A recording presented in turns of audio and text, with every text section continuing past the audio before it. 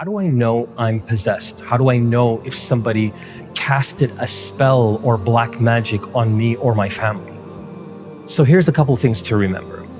Jinn possession in general, there is no doubt. You'll never second guess yourself or others if there's a possession. It'll be clear 100%. You'll know and you'll see the signs. Some of those signs are sudden mood swings.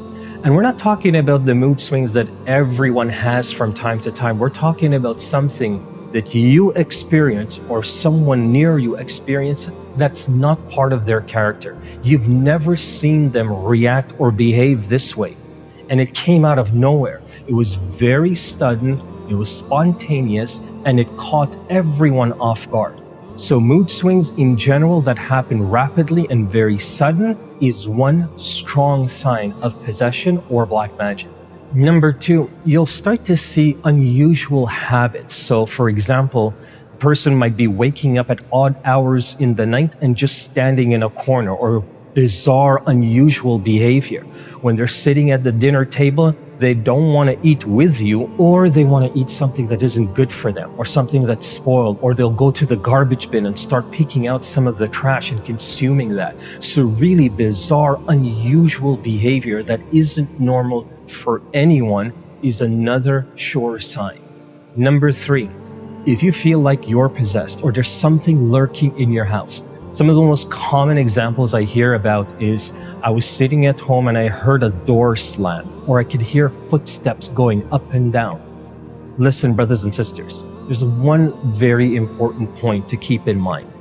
Jinns in general have better things to do than slam doors in our house. The first thing you need to do if that happens is you need to check your door and see why it's closing by itself.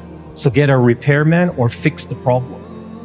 But then think about that if this happens consistently and happens at very specific times and it's distinct and it's clear, you're literally hearing footsteps and you might hear voices in the house when there's no one there except you, then that's something to take serious. How do you address that? If you're not able to, the third way to know is to have somebody who is a qualified raqi, a qualified exorcist, who is well-versed in the Quran, who is well-versed in Islamic studies, who has strong iman, spends a lot of time praying during the night, the entire package.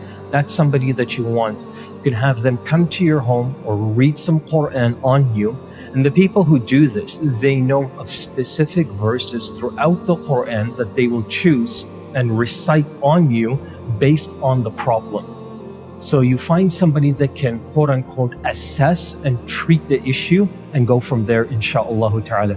Remember, the Quran is our shifa. The jinns, when they hear the Quran, it hits them and it strikes them harder than if you were to take a ball of fire and throw it to them. They feel the pain, they feel that Quran, and they know its power and its ability. So all of these are signs that the possibility of some kind of possession or spell in the house. Would be confident, brothers and sisters, that once we have the Quran, we always have the cure, and of course, our connection with Allah subhanahu wa ta'ala.